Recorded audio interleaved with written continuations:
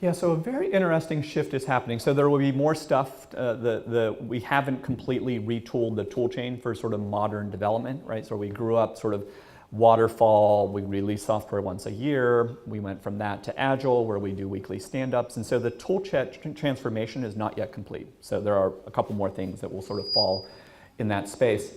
Meanwhile, this AI ML thing is creating a completely different way to program computers.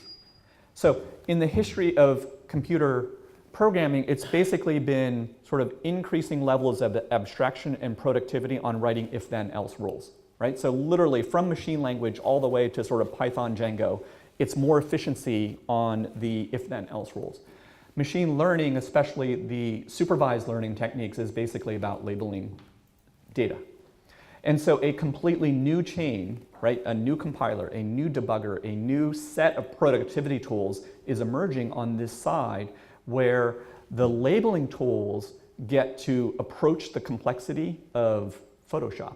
So if you have ever seen Uber's tools where Uber engineers are labeling situations, right? Here's a picture of a street. Here are the lanes. Here are the curbs. Here's a bicyclist. Here's a flower pot. Like that thing has 20 icons on it. It has 20 icons and a 400-page manual of here are the rules for interpreting the scene because we need everybody to do it consistently. And then think about, I made a change to that rule. What do I do with all the old labels? Maybe all the old labels are now suspicious, or I need to go back, or I need to relabel them.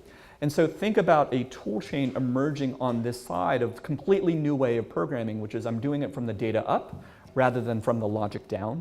And so over the next, call it 5-10 years, expect this tool chain for software development, which is sort of the first big break since we've had from the original von Neumann machines that's happened, and there's going to be very sophisticated software that powers the labelers.